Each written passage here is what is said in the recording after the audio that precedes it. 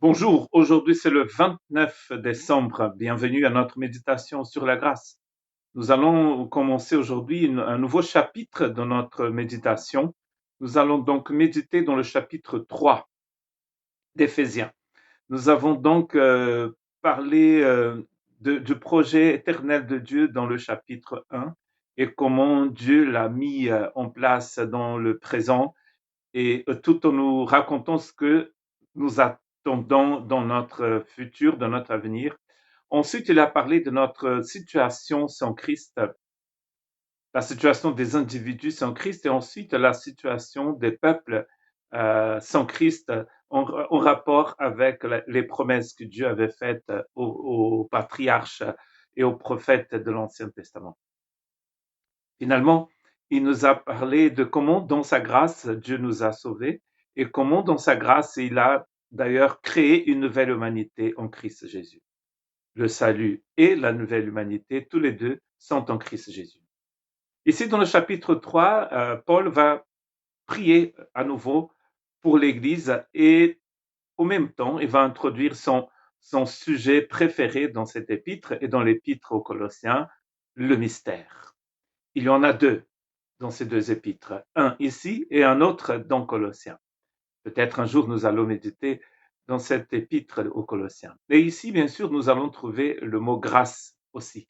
Et je voudrais lire avec vous le chapitre 3, versets 1 et 2. Moi, Paul, je suis le prisonnier de Jésus-Christ pour vous, les non-juifs, si du moins vous avez appris comment je fais part de la grâce de Dieu qui m'a été confiée pour vous. Je suis le prisonnier de Jésus-Christ. Très intéressant que Paul a écrit donc cette lettre depuis la prison à Rome, où il est resté à peu près 4 à 5 ans, où il a beaucoup souffert. Il était dans une maison, mais parfois aussi en prison, et ramené dans une prison, surveillé tout le temps par des soldats. Il n'était pas libre de sortir, d'aller visiter des frères et sœurs, mais ce qu'il a fait, c'est qu'il a évangélisé la cour, il a évangélisé les militaires, et il a écrit des lettres.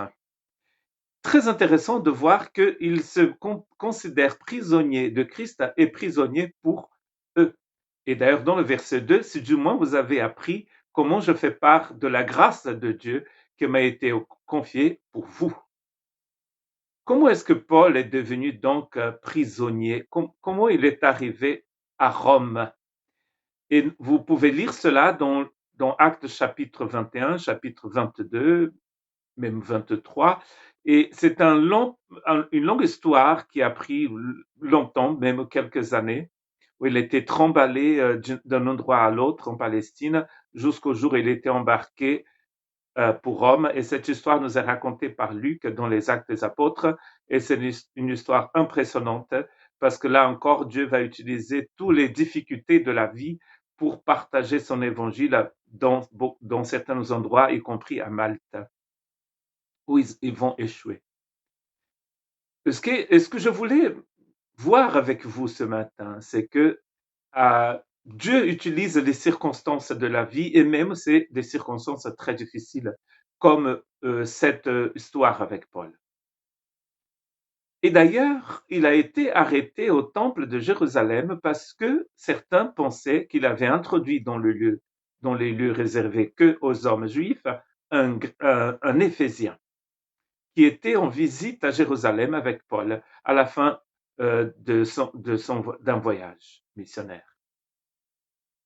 Ils ont dit qu'il avait introduit dans le temple un grec.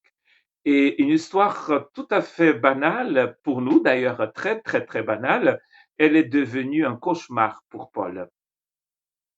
Imaginez si un jour vous invitez quelqu'un qui n'est pas de votre clan, qui n'est pas de votre dénomination peut-être, qui n'est pas catholique comme vous ou protestant comme vous, et vous faites rentrer cette personne dans une église, dans une cathédrale, dans un temple, et la police chrétienne vient et vous arrête car vous avez introduit une personne impure dans votre église, dans votre temple.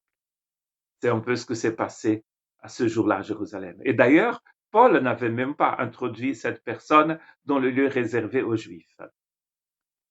Et à cause d'une chose si banale, si petite, je dirais même si stupide, Paul est parti en prison à Rome.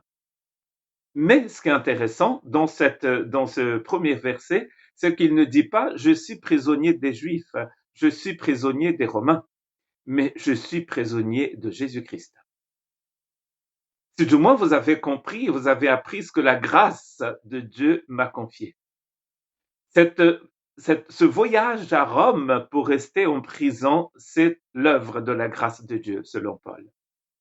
Nous n'aurions peut-être jamais eu la grâce de lire cette épître aux Éphésiens, celle aux Colossiens, celle aux Philippiens et l'épître écrite à Philémon, si Paul n'avait pas été en prison à Rome.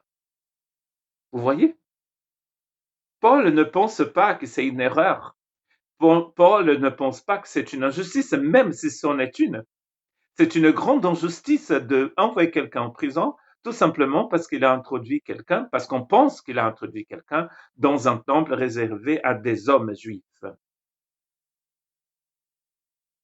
C'est une grande injustice, ça. Et vous passez peut-être pour des injustices, vous avez peut-être vécu des moments d'injustice dans votre vie. Mais sachez que Dieu est souverain. Et si votre vie appartient au Seigneur, il n'y a pas de hasard.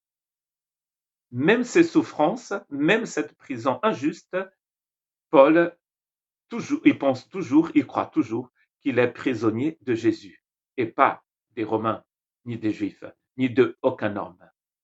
C'est Jésus qui l'a mis en prison.